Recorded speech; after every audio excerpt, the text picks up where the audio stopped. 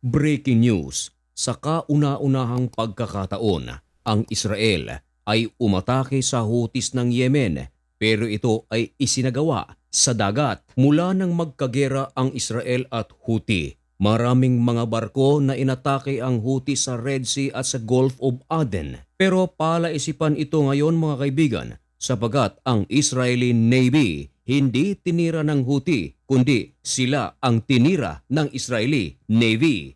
Yan ang ating pag-uusapan sa videong ito. Pero bago ang lahat ay huwag kalimutang isubscribe at ilike ang videong ito. I-click na rin ang notification bell. Napakalaking tulong yan para sa akin.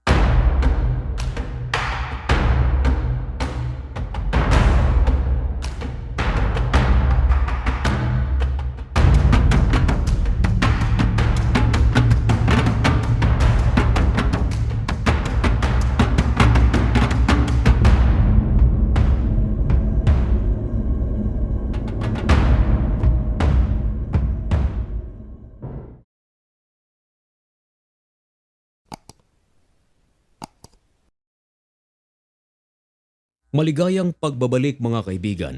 Kumusta kayong lahat?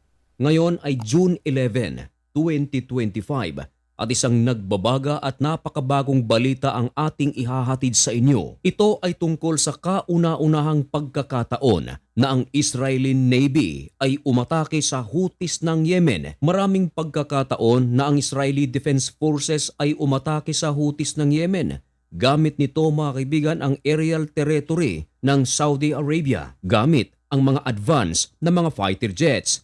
Pero sa pagkakataong ito mga kaibigan, tila mga daga na kumakain at hinagisan ng pusa ang Houthis ng Yemen nang biglang umatake ang Israeli Navy. At ang barko ng Israeli Navy, may layo ito mga kaibigan na 1,800 kilometer mula sa Yemen. Ang nasabing Israeli ship ay puno ng Israeli missile at ang talagang target nito walang iba kundi ang Houthis ng Yemen. At ayon sa ulat ng The Times of Israel, ang pag-ataking ito mga kaibigan ay kontrolado sapagat tinarget at winasak nito ang mga infrastructures mga kaibigan na kontrolado ng Houthis na nasa Port of Hodeidah. Ito mga kaibigan ay matatagpuan sa western part of Yemen. Ang larawan na inyong nakikita ay isa sa mga daungan sa Hodeidah na talaga namang napuruhan ng missile ng Israeli Navy. Ang nasabing daungan mga kaibigan ay bantay sarado ng Houthi at ito ay iniingatan ng mabuti sapagat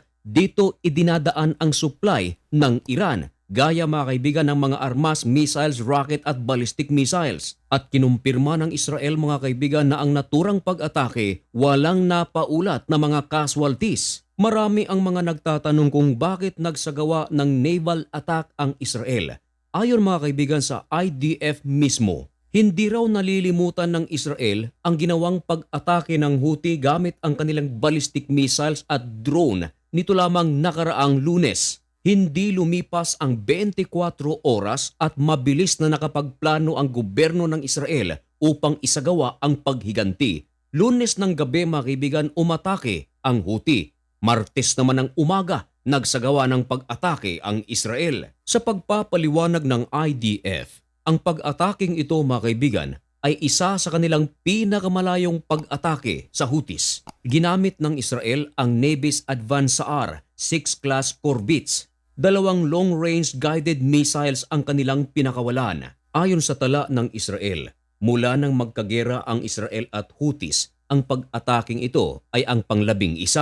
At sa loob ng 11 ginawang pag-atake ng IDF mismo sa Houthis ng Yemen, nagtala ito ng napakalaking pinsala sa pag-aari ng Houthi.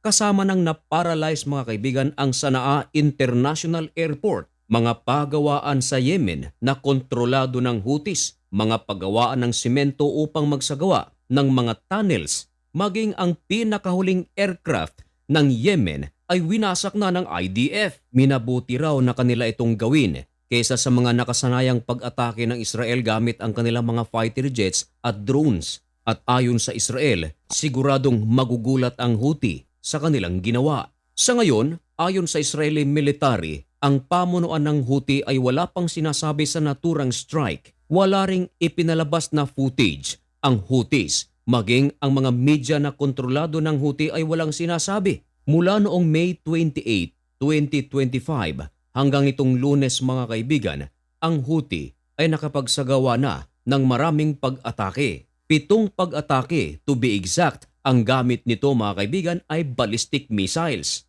Ayon sa intelligence report ng Israel na ang naturang daungan na kanilang winasak ay marami ng beses na kinukumpuni ng Houthis pero hindi ito matapos-tapos sabagat kung malapit na itong matapos ay tinitira ito ng IDF at ng kanilang Air Force.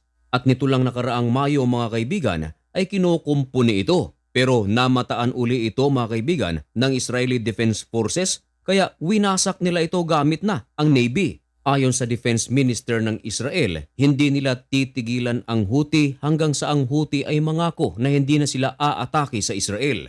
Dagdag pa ni Israel Katz, every time na magsasagawa ng pag-atake ang Houthi laban sa Israel, ay susuklian nila ito ng powerful attack. Binalaan din ni Israel Katz ang Houthi na ihinto na ang pagre-recruit ng mga bagong sundalo nito sapagat ito raw ay labag sa human rights sapagat ang kanilang mga nire-recruit ay mga bata. Sa ngayon mga kaibigan ay hinihintay pa natin kung ano ang sasabihin ng Houthi sa naturang pag-atake ng Israel. At ang bagay na yan mga kaibigan ay isa sa ating tututukan dito lang sa channel na ito. Kaya kung nais mong maging updated at gusto mo ang ganitong mga content at kung bago ka lang sa channel na ito ay baka naman pwedeng makahingi ng kaunting pabor. I-subscribe mo na ang napakaliit nating channel na ito. At nais ko ring pasalamatan ang ating mga subscribers, mga silent viewers, mga bashers. Sapagat dahil sa inyong panunood sa ating mga videos, ay naipagpapatuloy natin ang ating programa.